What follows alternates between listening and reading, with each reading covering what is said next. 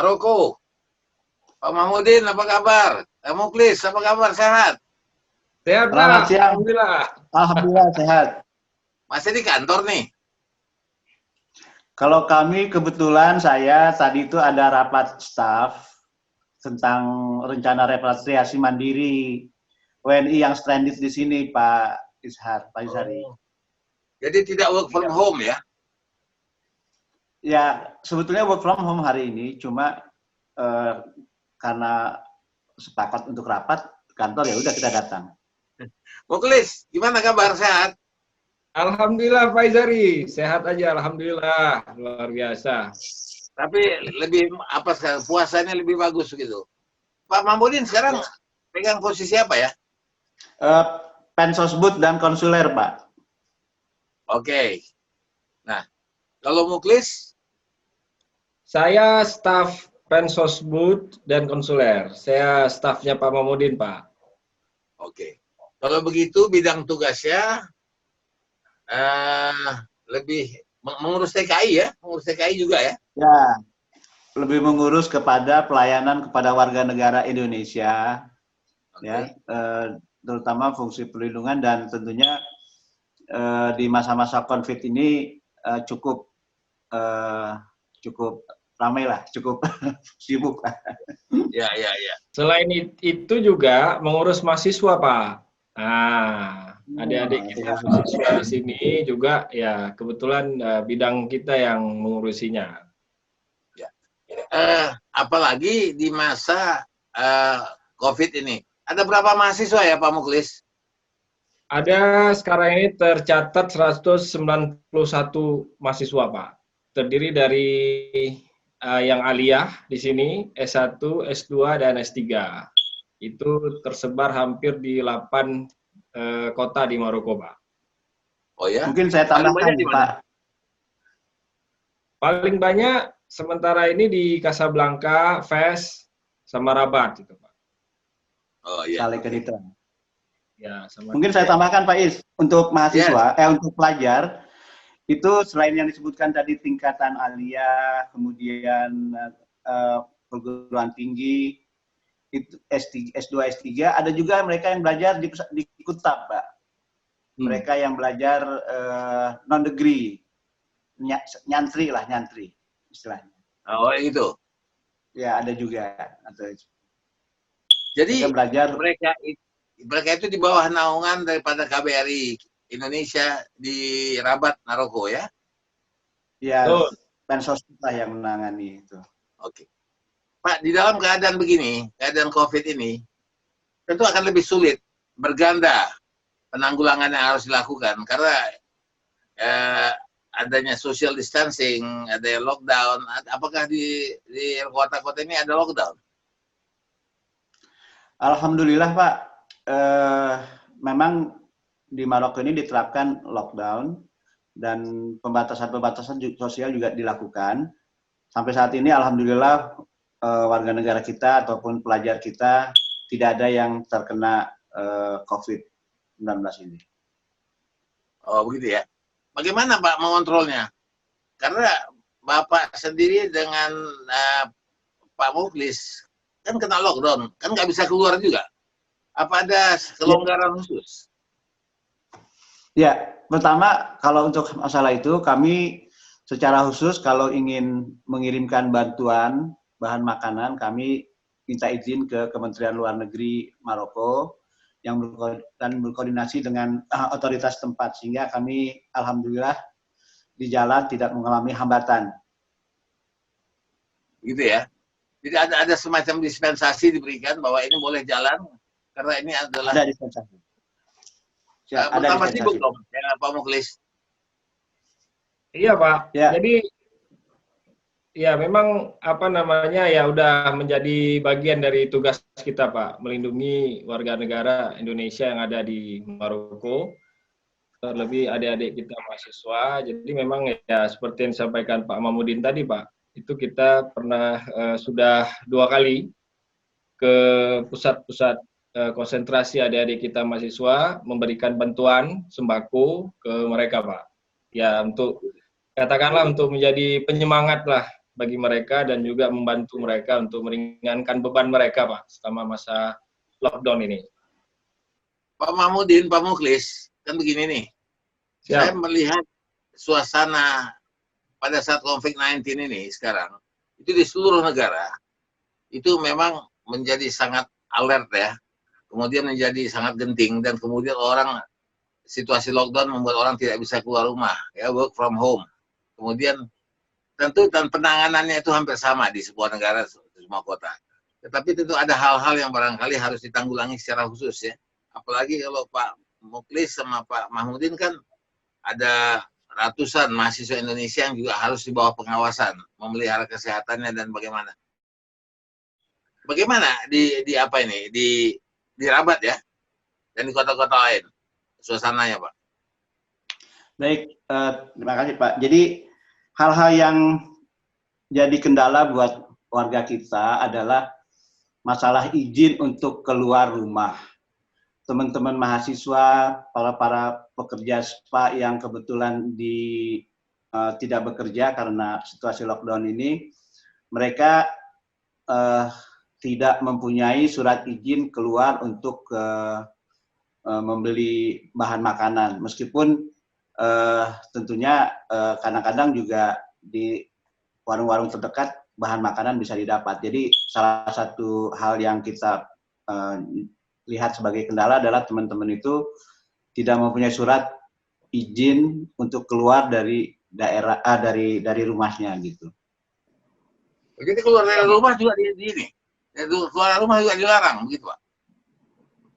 Ya jadi ada satu persyaratan yang diharuskan dimiliki oleh mereka yang mau keluar rumah. Jadi ketika kita masuk supermarket ataupun mau kemana ketemu polisi itu ditanyai mana suratnya gitu.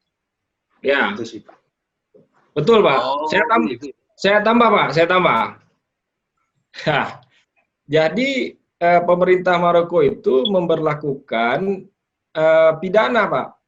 Barang siapa yang keluar rumah tanpa izin dan tidak pakai masker, itu pidananya 1.300 dirham atau penjara 3 bulan atau kedua-duanya. Nah, itu 1.300 dirham itu sekitar 1.900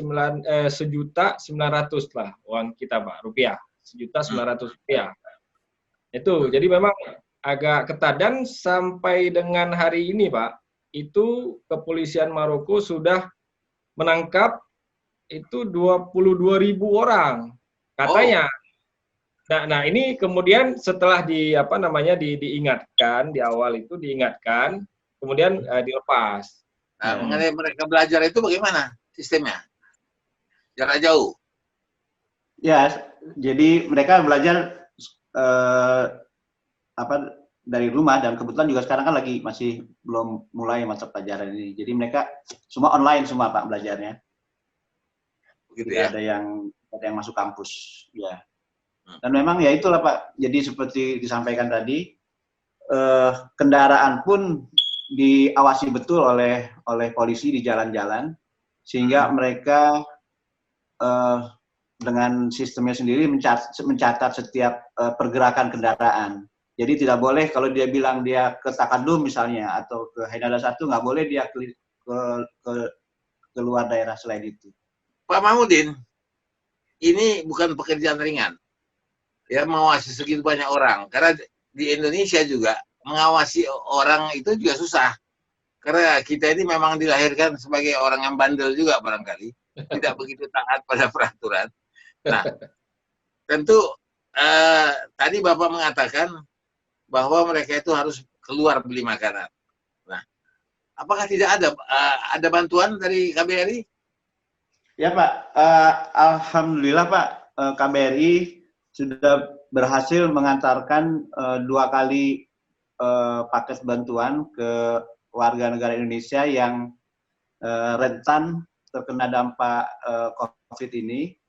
Kita pergi ke kota-kota yang ada konsentrasi warga negara Indonesia seperti Casablanca, Marrakesh, kemudian Tanjir, Tetuan, kemudian Jangan lupa Fes. Fes, Pak. Jangan lupa Fes, Pak. Fes. Jangan lupa Fes. Tempat I saya left sama my si heart Muklis. in Fes. Paling hari 3 tahun. Kenangannya ini yang indah sekali itu. I left my heart in Fes. Ya. Ya, Ya. Fes. Jadi Pak, begini, tadi yang disebutkan Muklis itu kan angka mahasiswa. Jumlah total orang Indonesia di sana dengan mahasiswa berapa? Ya, total sekitar 401 WNI, Pak. Itu Oke. ada data di kita. Ya, itu terdiri dari pertama ya staf KBRI, kemudian mahasiswa, kemudian ada pekerja-pekerja yang WNI yang di Maroko di berbagai bidang. Ya, begitu Pak. Ya, jadi itu tersebar di semua, saya rasa seluruh kota di Maroko, Pak. Gitu ya. Ada WNI. Jadi 400 ya, cukup banyak Pak. Apakah ini semua mendapat bantuan makanan gitu, kayak bantuan sosial gitu? Semuanya? Ya, dari jadi kita klasifikasi Pak, itu yang mendapatkan itu yang pertama sekali memang adik-adik kita mahasiswa, kemudian kita juga ada grup WNI, kita sampaikan ke WNI barang siapa yang katakanlah kesusahan, sulit, begitu silakan mendaftarkan namanya ke kita, dan nanti kita akan kirimkan sembako.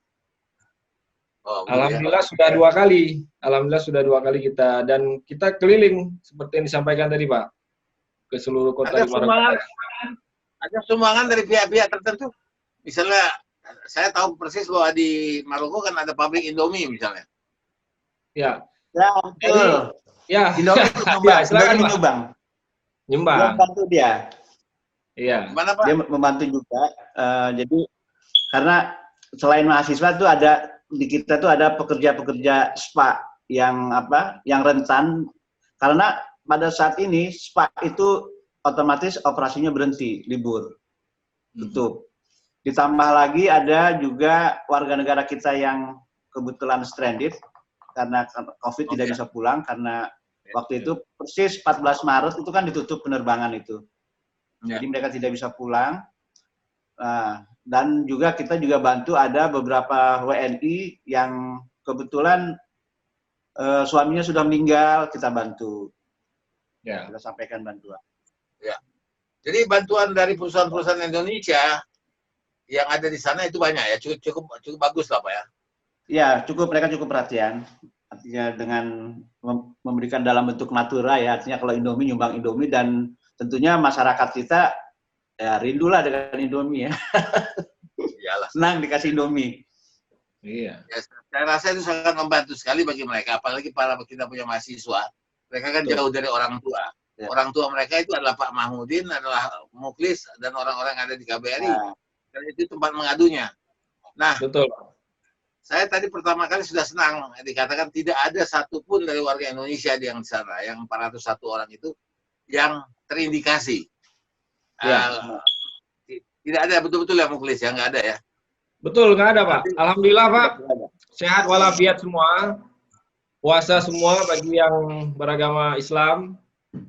Kemudian ya paling kesusahan tadi itu Pak, susah keluar, ya kan, bosan di rumah, dan ya itulah. Jadi, ya hanya itu. Tapi kalau secara fisik sehat-sehat walafiat semua Pak, alhamdulillah. Ya, studi mereka tidak terganggu. Enggak. Studi mereka enggak terganggu Pak. Mereka bisa belajar dari rumah. Bahkan sekarang ini banyak webinar-webinar itu para masyaikh, para guru-guru itu, guru agama melakukan kuliah lewat Zoom Pak. Jadi katakanlah di luar kuliah yang memang resmi itu, mereka juga sekarang bisa talaqi Al-Quran, kemudian belajar ilmu-ilmu yang memang di luar kurikulum kuliah mereka itu Pak. Ada adik-adik kita sekarang ini melalui virtual semua. Pak Mahmudin, apa yang harus diketahui oleh kami di Indonesia ya tentang pekerjaan Bapak, tentang orang Indonesia di sana yang mungkin tidak saya tanyakan? Closing statement. Ya, tentunya kami di sini mengharapkan teman-teman di Maroko ini tetap taat mengikuti aturan pemerintah setempat dan tetap menjaga kesehatan sesuai dengan protokol kesehatan COVID-19.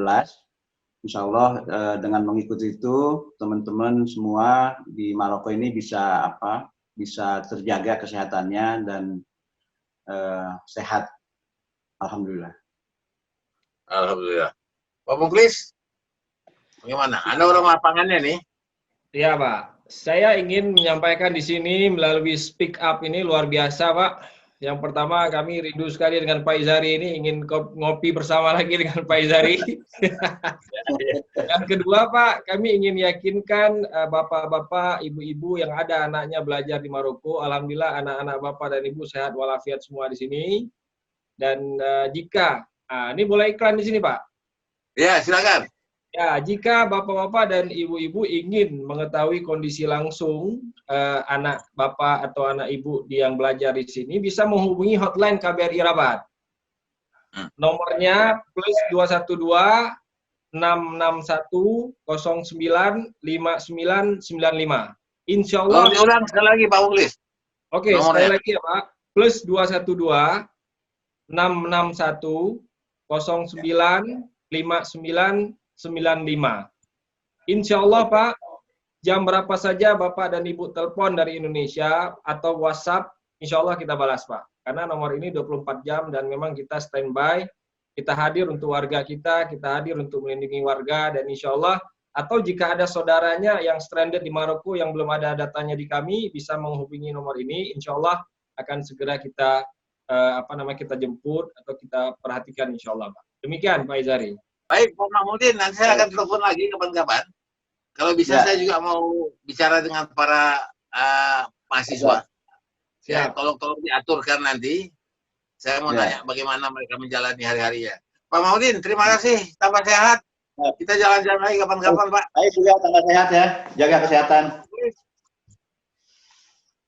Anak yang baru lahir sehat, Pak ya, semua ya. Alhamdulillah, Pak. Sehat. Thank you, Pak. Ya. Oke, thank you. Terima kasih ya. Assalamualaikum. Sehat-sehat. Waalaikumsalam warahmatullahi wabarakatuh. Makasih, Pak.